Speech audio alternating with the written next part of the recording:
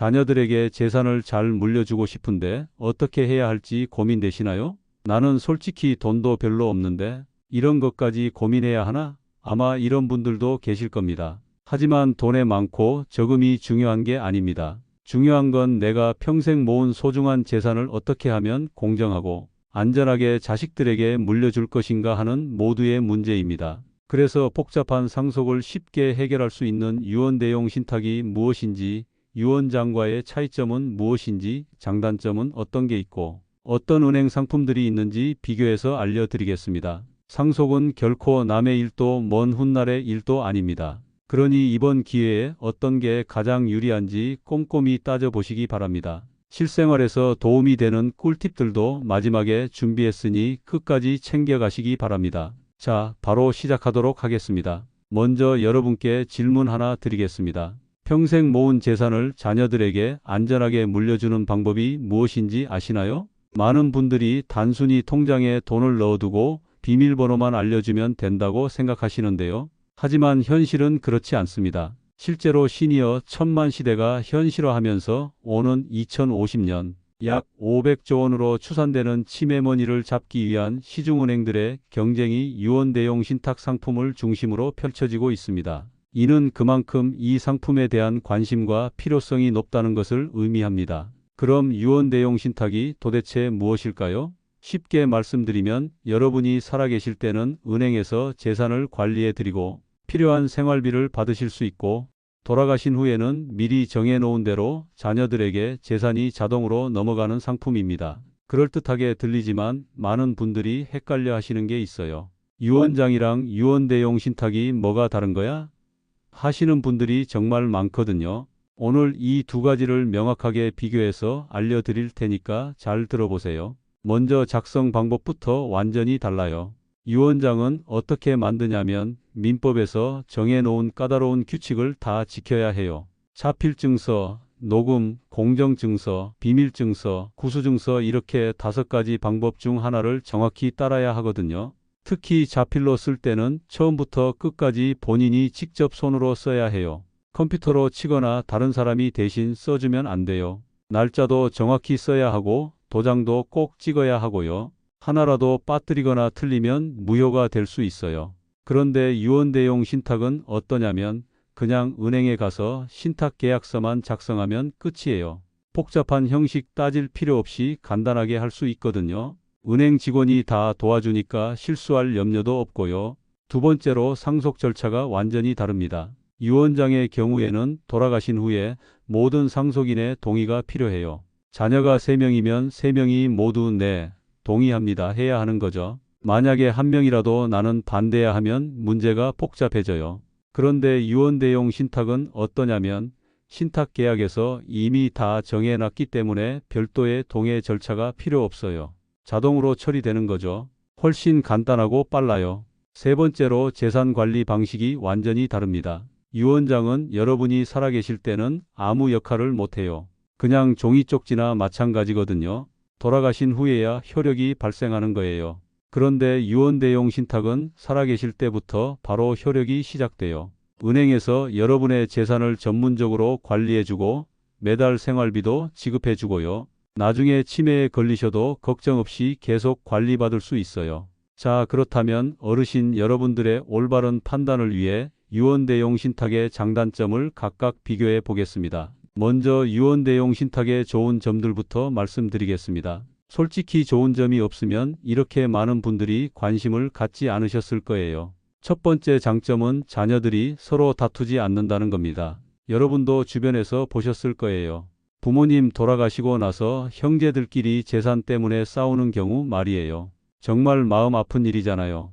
그런데 이 신탁을 해놓으시면 그런 걱정이 없어집니다. 왜냐하면 미리 다 정해놓거든요. 첫째한테는 얼마, 둘째한테는 얼마 이렇게 명확하게 해놓으니까 나중에 자녀들이 모여서 누가 얼마 받을까 하고 싸울 필요가 없는 거예요. 자동으로 처리되니까 간단해요. 복잡한 서류 작업도 필요 없고요. 예를 들어서 말씀드릴게요. 김씨 할머니가 3남매에게 3천만 원을 똑같이 나눠주고 싶다고 하셨어요. 일반적으로 상속하면 3명이 모두 모여서 어떻게 나눌까 회의를 해야 하는데 신탁으로 해놓으시면 각자 1,000만 원씩 자동으로 받게 됩니다. 간단하죠? 두 번째 장점은 세금을 아낄 수 있다는 겁니다. 이게 정말 중요한데요. 나라에서 가져가는 세금이 줄어들면 자녀들이 실제로 받는 돈이 더 많아지잖아요. 같은 돈을 물려주는데 세금을 적게 내니까 자녀들 입장에서는 더 유리한 거죠. 쉽게 계산해 드릴게요. 5억 원을 물려준다고 했을 때 일반 상속이면 세금으로 2천만 원 정도 내야 해요. 그런데 신탁을 이용하면 이 세금을 크게 줄일 수 있어서 자녀들이 받는 돈이 훨씬 많아집니다. 어떠세요? 똑같은 돈 주는데 자녀들이 더 많이 받을 수 있다면 좋지 않을까요? 세 번째 장점은 여러분이 생활하시는데 전혀 지장이 없다는 겁니다. 많은 분들이 오해하시는데 신탁을 한다고 해서 돈을 못 쓰는 게 아니에요. 오히려 더 안정적으로 쓸 수 있어요. 어떻게 하냐면 은행에 돈을 맡겨놓고 매달 생활비를 꼬박꼬박 받는 거예요. 예를 들어 2천만 원을 맡기시고 매달 50만 원씩 받으신다고 하면 3년 이상은 넉넉하게 생활하실 수 있어요.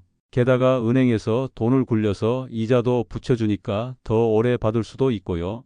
그리고 또 하나 중요한 게 나중에 치매 같은 병에 걸리셔도 걱정 없어요. 은행에서 알아서 다 관리해 주거든요. 가족들이 엄마가 이제 돈 관리를 못 하시네 하고 걱정할 필요가 없는 거죠. 자, 이제 좋지 않은 점들도 솔직하게 말씀드릴게요. 좋은 것만 말씀드리면 나중에 속았다 하실 수 있거든요. 정직하게 다 알려드릴 테니까 잘 들어보세요. 첫 번째 단점은 돈이 든다는 겁니다. 은행에서 공짜로 해주는 게 아니에요. 관리비를 내야 해요. 이게 만만치 않을 수 있어요. 얼마나 드냐고요? 보통 1년에 여러분이 맡기신 돈의 0.3%에서 1% 정도예요. 쉽게 계산해 드리면 1,000만 원을 맡기시면 1년에 3만 원에서 10만 원 정도 나간다고 보시면 돼요. 이게 한 번만 내는 게 아니라 매년 계속 나가는 거예요. 10년이면 30만 원에서 100만 원 이렇게 계속 쌓이는 거죠. 그럼 그 돈으로 자녀들한테 용돈이라도 주지 하실 수도 있어요. 이 부분은 꼼꼼히 계산해 보시고 결정하세요. 두 번째 단점은 한번 시작하면 그만두기가 어렵다는 겁니다. 이게 정말 중요한 문제예요. 계약하고 나서 마음에 안 든다. 그만하자 하시면 안 돼요. 복잡한 절차를 거쳐야 하고 경우에 따라서는 아예 못 그만둘 수도 있어요. 예를 들어서 처음에는 둘째 아들한테도 재산을 주려고 했는데 나중에 둘째가 불효를 해서 빼고 싶다고 하셨어요. 그런데 이미 계약이 되어 있으니까 바꾸기가 정말 어려워요. 서류도 다시 만들어야 하고 비용도 또 들고요. 심한 경우엔 아예 못 바꿀 수도 있어요. 그래서 처음에 계약할 때 정말 신중하게 생각하셔야 해요. 내 마음이 나중에 바뀔 수도 있겠구나 하는 것까지 고려하셔야 합니다. 세 번째 단점은 돈을 자유롭게 못 쓴다는 겁니다. 이게 가장 불편한 점일 수도 있어요. 신탁에 넣은 돈은 정해진 대로만 쓸 수 있어요. 무슨 말이냐면 갑자기 큰 돈이 필요해도 바로 못 꺼내 쓸 수 있다는 거예요. 예를 들어서 갑자기 입원하게 되어서 500만 원이 급하게 필요한데 신탁에 넣어둔 돈은 바로 못 쓸 수 있어요. 다른 데서 돈을 구해야 하는 거죠. 그리고 또 하나, 물가가 계속 올라가잖아요. 처음에 매달 30만 원 받기로 했는데 3년 뒤에는 30만 원으로 살기가 빠듯해질 수 있어요. 옛날에 짜장면이 500원이었는데 지금은 8,000원 하는 것처럼 말이에요. 생활비는 고정인데 물가는 계속 오르니까 실제로는 돈의 가치가 떨어지는 거예요. 그래서 이런 점들을 다 고려해서 정말 본인에게 필요한 상품인지 신중하게 생각해 보세요. 좋은 점도 있지만 불편한 점도 분명히 있거든요.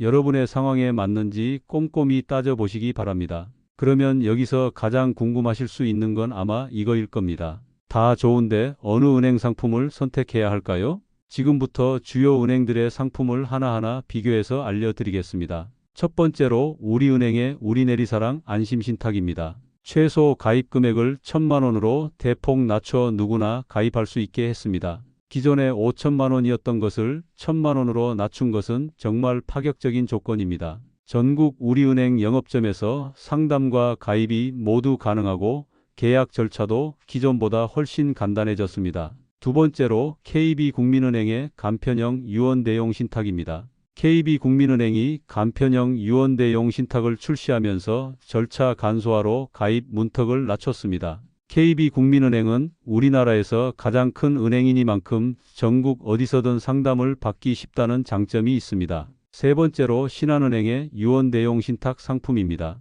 신한은행은 디지털 서비스가 잘 발달되어 있어서 온라인으로도 상담을 받을 수 있는 장점이 있습니다. 특히 젊은 층 자녀들이 부모님을 대신해서 상담 예약을 잡기 편리합니다. 네 번째로 하나은행의 유언대용 신탁입니다. 하나은행은 개인 맞춤형 서비스에 특화되어 있어서 고객 한 분 한 분의 상황에 맞는 세밀한 상담을 받을 수 있습니다. 다섯 번째로 NH농협은행의 신탁 상품입니다. 농협은행은 지역 밀착형 서비스가 강점입니다.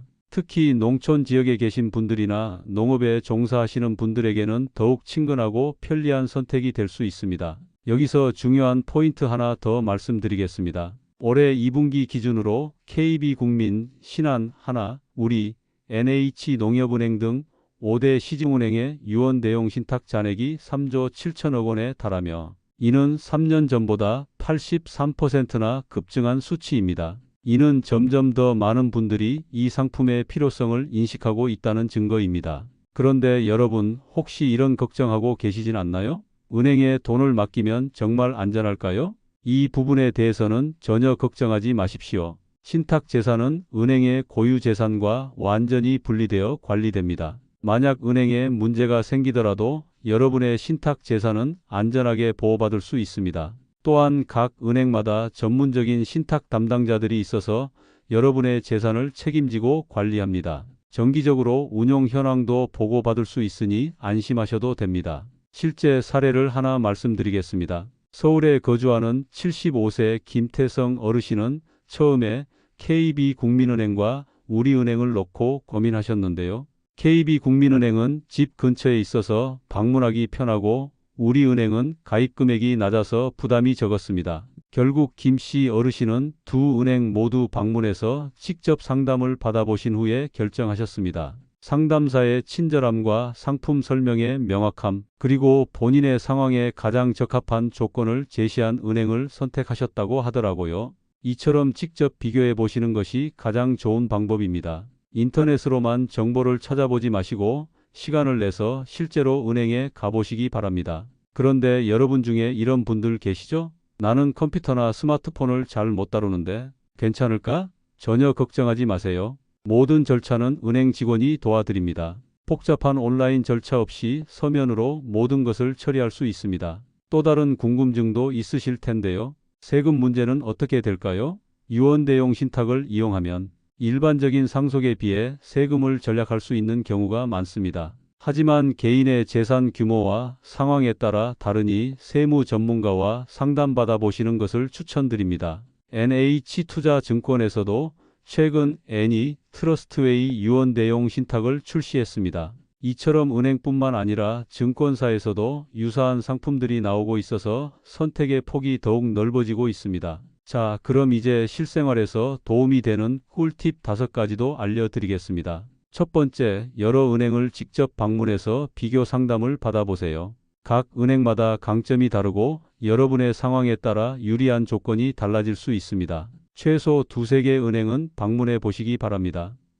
두 번째, 상담받을 때 꼭 물어봐야 할 질문들을 미리 준비해 가세요. 수수료는 얼마인지, 중도 해지가 가능한지, 생활비 지급 주기는 어떻게 되는지, 상속 대상자 변경이 가능한지 등을 구체적으로 질문하시기 바랍니다. 세 번째, 가족들과 충분히 상의하세요. 아무리 좋은 뜻이라도 가족들이 모르면 나중에 문제가 생길 수 있습니다. 특히 상속받을 자녀들에게는 미리 설명해 주시는 것이 좋습니다. 네 번째, 계약 전에 모든 조건을 문서로 확인하세요. 말로만 설명받은 내용은 나중에 달라질 수 있습니다. 모든 조건이 계약서에 명시되어 있는지 꼼꼼히 확인하시기 바랍니다. 다섯 번째, 본인의 건강 상태를 고려해서 적절한 시기에 가입하세요. 너무 늦으면 절차가 복잡해질 수 있고 너무 이르면 장기간 수수료 부담이 클 수 있습니다. 적절한 타이밍을 잡는 것이 중요합니다.